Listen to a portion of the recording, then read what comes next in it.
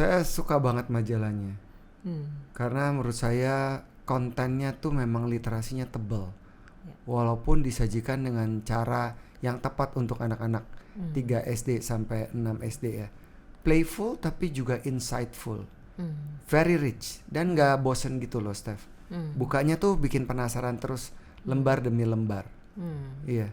Itu lewat proses penyesuaian berapa kali sampai jadi begitu gitu kan nih, kalau kita ngomong dari sebuah gagasan kemudian dia menjadi sebuah realitas Ya. dengan proses itu.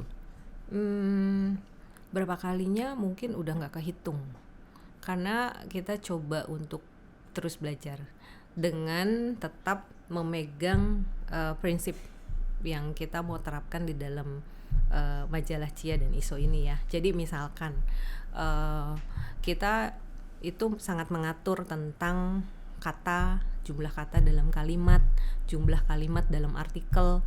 Lalu kita juga sudah menyusun ada artikel ringan, sedang, berat di dalam satu majalah ini, sehingga di tingkat apapun anak-anak yang ketemu Cia dan ISO, mereka tetap bisa ada bagian yang mereka serap.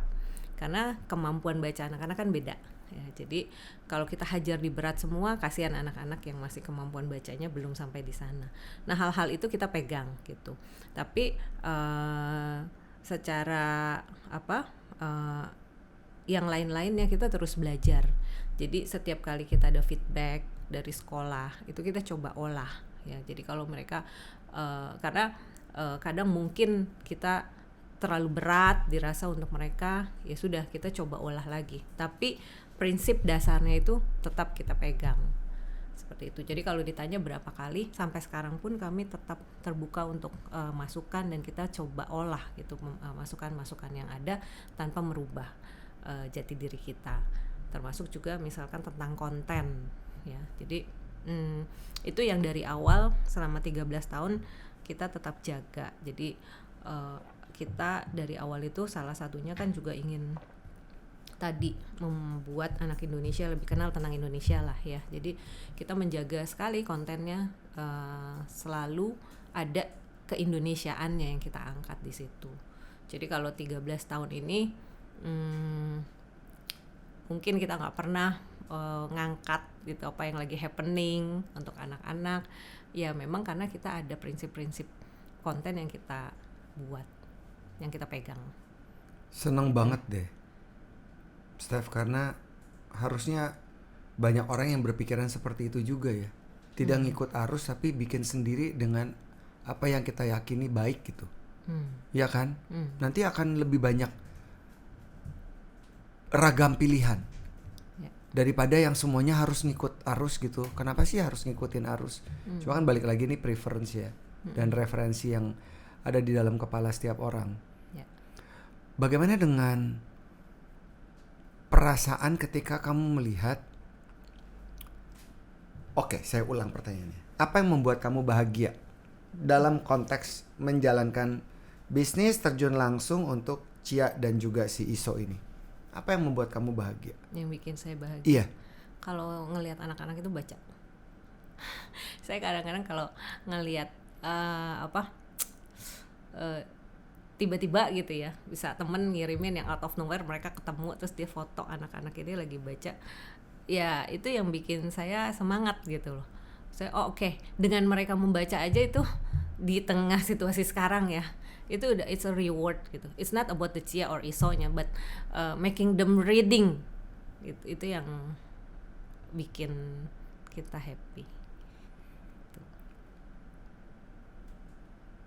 Kalau ngelihat dari kencangnya arus media sosial dan anak-anak kecil yang diberikan smartphone hanya untuk mereka diam dan tidak mengganggu kondisi orang tuanya, entah di rumah atau dimanapun, kamu pasti punya perasaan yang berbeda ya tentunya melihat situasi yang terjadi saat ini di pola asuh di rumah. Boleh disampaikan? Ya dengan situasi itu ya memang saya suka mikirnya begini, knowing the benefit of reading books and printed, majalah cetak, media buku cetak, touch and feel, terus fokus ya. Jadi kalau melihat situasi seperti itu tuh saya suka pengen ngajak orang tua gitu, delay your comfort zone. Memang ini ngasih kenyamanan kan, seperti yang tadi Mas Erwin bilang gitu loh. Jadi gadget ini bisa jadi tools untuk membantu orang tua ya. Orang tua sekarang kan juga tambah sibuk gitu. Tapi di saat anak-anak usia ini masih dini, mungkin kita boleh tahan dulu comfort zone-nya kita, dan kita tetap lakukan sesuatu yang basic untuk mereka. Karena dengan melakukan ini justru nantinya ke depannya orang tua akan malah lebih mudah, karena anak-anak ini terbantu sekali ya dalam kemampuan mereka menyerap, konsentrasi dan sebagainya gitu. Justru tahapan dasar ini yang mungkin butuh effort lebih, tapi sangat penting untuk dilakukan supaya nantinya jadi lebih memudahkan orang tua, bukan the other way around gitu. Itu sih yang kepikiran kalau melihat situasi seperti itu. Kalau sekarang it looks like comfort, tapi nantinya akan ada another thing, so which one you want gitu. Kalau saya mikirnya dasarnya kalau udah benar dan baik ya, minimum kita modali itu lebih baik dari awal daripada mengoreksi. Setuju. Seperti itu sih. Karena lebih disasters. Dan prosesnya lebih panjang. Terus kedua, gambling sebenarnya. Terus ia akan berhasil atau malah kita udah kalah sama kondisi yang sudah tercipta dalam diri anak itu. Jadi seperti itu. Anak-anakmu juga pasti menerapkan apa yang ada dalam gagasanmu barusan kan? Dari mereka masih toddler gitu sampai mereka elementary, nggak ada gadget.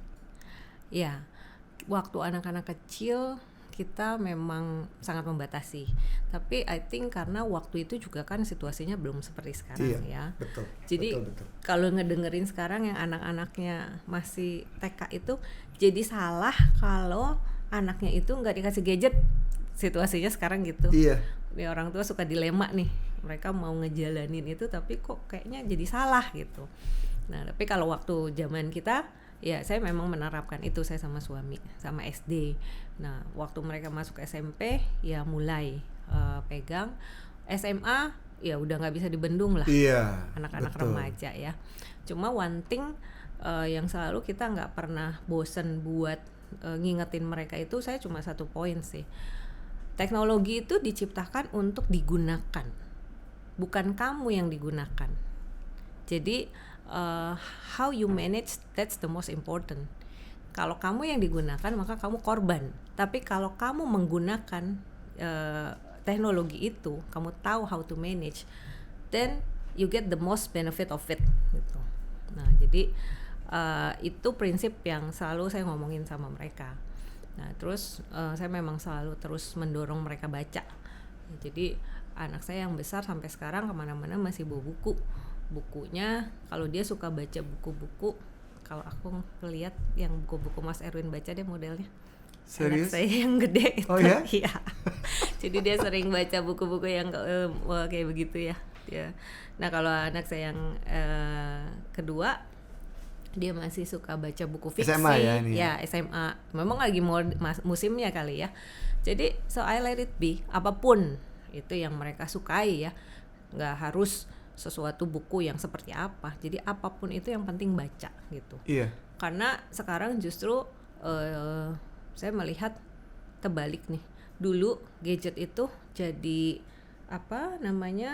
rekreasi. Dari aktivitas rekreasi kita sebentar ya. Tapi kalau sekarang ya saya ajak anak-anak rekreasinya kan dibalik nih sekarang. ini udah jadi lebih dominan si gadget. Ya udah, rekreasinya baca buku gitu. Ya. Interesting. Itu. Kan ada fiksi dan non fiksi kan. Kan kalau saya lebih banyak yang non fiksi sebenarnya. Tapi saya juga sadar baca buku fiksi tuh menambah kata-kata yang lebih menyentuh ya. Yes. Jadi lebih kaya gitu. Yeah. Jadi apapun sebenarnya buku-buku yang kita baca, touch and feel and focus itu akan meningkatkan konsentrasi, kemampuan berpikir yang kritis, pemahaman yang dalam, empati, gitu kan. Kalau saya ya, Steph, saya mau sharing sedikit boleh ya? Saya tuh setiap beli buku ya, saya tuh udah tahu kan. Jadi kalau saya tuh banyak banget kumpulan buku-buku yang masih baru belum saya buka. Karena kadang-kadang kalau saya beli buku itu, di dalam buku itu tuh ada beberapa insight tentang buku-buku yang lain, gitu. Dan itu saya catat, terus saya pesen. Jadi numpuk tuh. Terus juga baca bukunya sesuai mood. Oke, kali ini saya lagi perlu tentang personal development, kayaknya I need that. Kali ini saya lagi perlu tentang psychological issue gitu, saya pengen ke situ. Jadi saya macam-macam, ada marketing, bisnis apa segala. Dan setiap saya beli, udah dapat nih di depan nih buku yang saya buka, saya selalu di kepala saya gini, penasaran kayak kenapa ya orang ini bisa nulis judul kayak gini dan isinya kok begini gitu, bikin gue penasaran, pengen menikmati satu persatu. Halaman demi halaman tuh ada kayak rasa penasaran yang besar. Setiap saya memulai membuka buku itu gitu, kayak atau mikir gini, dari mana dia kepikiran ngomong kayak begini ya? Itu kan jadi nambah kita mau haus lagi gitu. Dan saya yakin kamu juga punya banyak experience dalam membaca beraneka ragam buku, baik fiksi maupun non fiksi. Boleh nggak sih sebutin 2-3 buku yang benar-benar inspire you the most, if you remember? Ya, kalau yang pertama, maksudnya buku yang ya buat saya tuh